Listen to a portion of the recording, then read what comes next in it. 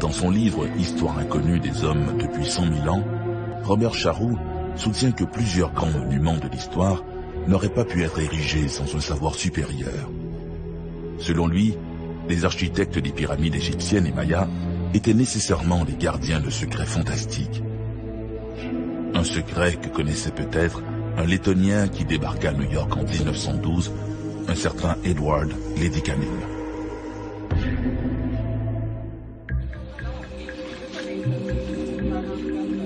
Armés de lampes de poche, les deux adolescents s'avancent en catimini dans la forêt. Se balader en pleine nuit dans ce secteur boisé des Everglades peut rapidement se changer en excursion périlleuse. À l'orée du bois, ils distinguent celui qu'ils sont venus épier. L'énigmatique Monsieur Ed, un immigrant qui interdit à quiconque de s'approcher de son mystérieux chantier. Il n'y travaille que la nuit selon les rumeurs. Les adolescents évitent tout bruit. Ils ne veulent surtout pas être repérés par l'homme qui semble chercher quelque chose dans le chantier mal éclairé. L'homme regarde soudain leur direction. Les adolescents n'osent plus s'enfuir, même s'ils pensent apercevoir un immense rocher flotter dans les airs face à eux. Éberlués, les deux adolescents s'interrogent du regard. Qui les croira? Depuis quelque temps, les habitants de Florida City s'interrogent sur l'homme à la bicyclette, qu'ils aperçoivent occasionnellement transportant de vieux objets rouillés et des câblages défaits. Personne ne sait exactement d'où vient ce jeune immigré, ni ce qu'il fait. Edward Lidskalnin était un homme simple, issu d'une famille tout aussi simple, qui vivait en banlieue de Riga, en Lettonie. Enfant, Ed était très malade. Ça, nous le savons. Il avait abandonné ses études en 4e année parce qu'il ne pouvait pas se rendre à l'école tous les jours. Il s'est alors mis à la lecture. Il a lu des livres sur l'Atlantide, sur le magnétisme, sur Stonehenge, sur les Mayas. Tout ce qu'il lisait était en rapport avec le magnétisme, l'époque de l'Atlantide et les temps anciens. À l'âge de 26 ans, il s'est fiancé à une jeune fille de 16 ans nommée Agnes Skoff. Mais la veille de la cérémonie du mariage, Agnès lui a dit « Non, je ne t'épouserai pas ». Et dès le lendemain, Ed, le cœur brisé, s'embarqua vers l'Amérique. En 1920, atteint d'une forme de tuberculose, Ed décide de s'établir plus au sud pour profiter du climat. Il est probable que Ed s'est fait conseiller par un médecin de déménager en Floride, parce qu'il n'y avait pas de traitement pour la tuberculose, sinon le soleil. Et c'est comme ça que Ed s'est retrouvé sur les routes de Floride dans les années 1921-22. En 1923, il acquiert un terrain à l'extérieur de Florida City, un secteur marécageux à la frontière des Everglades. Une fois guéri de la tuberculose, Ed décide de rester à Homestead, en Floride, où il achète 10 acres de terrain pour $10.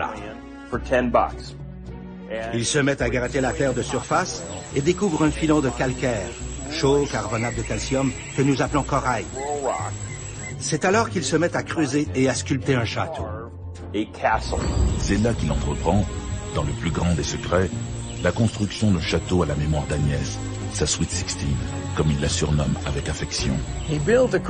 Il a construit Coral Castle essentiellement pour que son amoureuse de 16 ans change d'idée. Elle avait décidé de ne pas l'épouser, ce qui l'avait humilié et poussé à quitter la Lettonie. En arrivant en Amérique, il s'est retrouvé à construire un château. Il n'avait pas d'argent, mais son père était un maçon et il savait travailler la pierre. C'est comme ça que tout a commencé, comme ça qu'il a exprimé ses émotions, en les cristallisant en quelque sorte dans la pierre, avec l'espoir d'impressionner Agnès et lui faire changer d'idée. N'eût été d'une jeune fille de 16 ans qui avait refusé d'épouser Edward Lidskalnin, Coral Castle n'aurait jamais existé.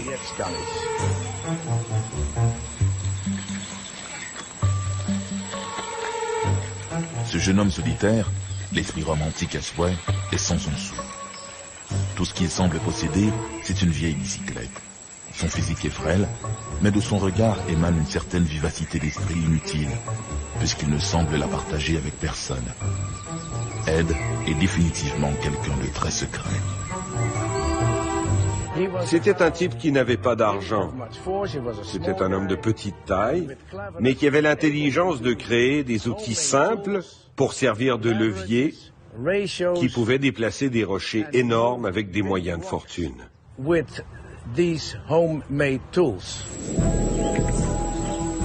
Au cours des 4 années qui suivent, Lady Canaan va ériger sur ses terres, tel un gigantesque puzzle, une immense enceinte à l'intérieur de laquelle il aménage des jardins, des estrades et des tours. En faisant cet ouvrage, Ed essayait de démontrer qu'il avait compris les secrets complexes des grandes pyramides, de Stonehenge, des Mayas, des Péruviens. C'était une sorte de jouet éducatif, si vous voulez, qu'il utilisait pour enseigner aux gens. Une pierre symbolisait le menhir de Stonehenge, de manière à expliquer « j'ai compris le secret de Stonehenge ». Une autre pour les pyramides, les Mayas, les Péruviens, ainsi de suite. Et toutes ces pierres étaient emménagées sur le site. L'une d'entre elles, sa table de pierre en forme de cœur, pesait, croyez-le ou non, près de 2500 kilos. Et il se justifiait en disant « je suis un homme pauvre et je n'ai pas toujours de l'argent », disait-il. Et si je n'arrive pas à donner à Agnès un cadeau de Saint-Valentin, quand nous nous asseoirons ensemble pour dîner à la table de Saint-Valentin, elle se rappellera que je l'aime, même si je suis distrait de nature.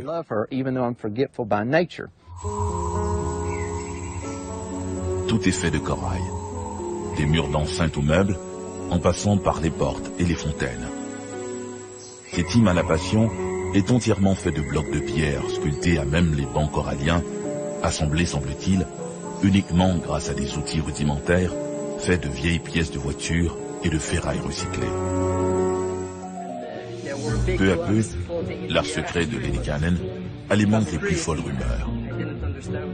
Les jeunes affirment même l'avoir vu déplacer d'immenses blocs de pierre en les faisant flotter dans l'air. Et quand on demande au principal intéressé le secret de Coral Castle, celui-ci se contente de dire qu'il maîtrise l'art des constructeurs de pierre. Ed reste vague à souhait. Il parle d'énergie et de magnétisme. Un discours aussi nébuleux qu'hermétique. En 1937, Ed Lady Canaan, pour attirer plus de touristes, décide de déménager son château de corail à Homestead, à 16 km plus au sud en bordure de l'autoroute 1. Un projet titanesque. Il avait commencé à construire Coral Castle à Florida City, mais nous croyons qu'il avait pu faire une sorte de repérage, car comme il achevait Coral Castle, ce qui représente 1100 tonnes, il change brusquement d'idée, arrive avec un camion et commence à déménager Coral Castle depuis Florida City jusqu'à Homestead, 16 km plus au sud, là où l'on se trouve aujourd'hui. Il s'était déjà tellement avancé à construire quelque chose au milieu de nulle part dans les Everglades, là où il n'y avait aucun accès, qu'il s'est dit, après le plan A, c'est le plan B, déménageons tout ça sur un meilleur site. Et je pense qu'à la fin, ce n'était plus son amour de jeunesse qui le motivait, mais bien davantage l'admiration du public. L'annonce de cette relocalisation amène son lot de bénévoles. Mais Ed n'a nul besoin de cette aide. Ed préférait être seul. C'est dangereux de travailler avec ces grosses pierres. Le moindre faux mouvement peut provoquer une blessure grave. Alors naturellement, lorsqu'il y avait des visiteurs, il cessait toujours de travailler. Certains disent que c'est parce qu'il ne voulait pas qu'on l'observe, mais je crois que la principale raison était qu'il n'est pas sécuritaire de continuer à travailler quand on a des visiteurs. C'est seul qu'il a construit son château, et c'est seul qu'il compte le déplacer. Ou presque. Pour mener à bien son projet, Ed n'a recours qu'à une plateforme, construite par lui-même, et à la machinerie agricole d'un voisin. Un homme s'est présenté. Ils ont déjeuné ensemble et l'homme, un conducteur de camion, lui a demandé « Qu'est-ce que vous aimeriez que je fasse ?» Et Ed lui a répondu « Reculez votre véhicule et je vais charger cette pierre de 30 tonnes sur votre camion. Ensuite, nous allons l'amener par l'autoroute de Key West jusqu'à Homestead pour la décharger sur mon nouveau site. » À Homestead, les gens ont aperçu ce gros camion avec des pneus comme des ballons, déménager des éléments du château jusqu'au milieu du village. Mais personne n'a jamais vu Ed charger le camion. Quand il a engagé Moser, c'était simplement pour conduire le camion. Un beau jour, le chauffeur de camion décida de surprendre Ed. Alors il est retourné à son camion et a attendu 15 minutes avant de revenir à la hâte pour voir où en était Ed. Et il était là, les bras croisés, et lui a dit « Je t'attendais. Les pierres sont prêtes. Allons-y. » Et on ne pouvait jamais surprendre Ed, car il avait une sorte de sixième sens. Il avait l'habitude de dire aux gens qu'ils pouvaient sentir leurs vibrations lorsqu'ils se déplaçaient sur le sol. Comme un diapason, il était sensible à l'ensemble de la nature du monde qui l'environnait. Ce que tous croyaient impossible est devenu réalité. Au nouvel emplacement, l'étonnante construction devient une attraction encore plus populaire. Quand les gens demandaient à Ed comment il avait fait, oui, c'est vrai, il demeurait toujours très évasif. Il ne répondait jamais complètement à la question du comment. Mais c'était dans son intérêt de rester vague parce qu'après tout, ceci est un parc d'attractions. Il voulait que les gens viennent ici, payent leurs 25 cents ou leurs 10 cents au début, parce que c'était son gagne-pain. En gardant le mystère, les gens venaient pour visiter, ils étaient curieux. Aussi, lorsqu'il posait des questions, il n'y répondait qu'à moitié. Faisant toujours référence à ses connaissances sur les proportions, les lois de la gravité et tout le tralala, mais sans jamais entrer dans les détails. Au lendemain de la Deuxième Guerre mondiale, Ed Ledikanen abandonne ses travaux d'architecte pour se consacrer presque uniquement à des recherches sur le magnétisme et l'électricité. Il soutient que toute matière se compose d'aimants individuels et que la polarité à l'intérieur de la matière produit des phénomènes mesurables et utilisables dans l'espace. Le contrôle de ce magnétisme est-il le secret de Coral Castle? Ed voulait laisser un héritage aux générations futures afin de prouver qu'il comprenait ses secrets. Il voulait également laisser une histoire d'amour derrière lui. Il voulait prouver aux gens à quel point il aimait Agnès. Aujourd'hui, n'importe qui vous dirait que Agnès était un leurre visant à dissimuler la portion scientifique de Coral Castle. Mais c'est faux. Le premier homme que j'ai interviewé, M. J.T. Bullard, m'a raconté qu'à plusieurs reprises, lorsqu'il rendait visite à Ed le soir, celui-ci regardait l'océan en direction de la Lettonie et lui disait « J.T., un jour Agnès va revenir de Lettonie. Elle va traverser l'océan. Elle va venir ici pour m'épouser à Coral Castle. Et en attendant que cela arrive, moi, j'attends Agnès. » Ceci était très important dans sa vie. C'est là que le château et la dimension scientifique se rencontrent.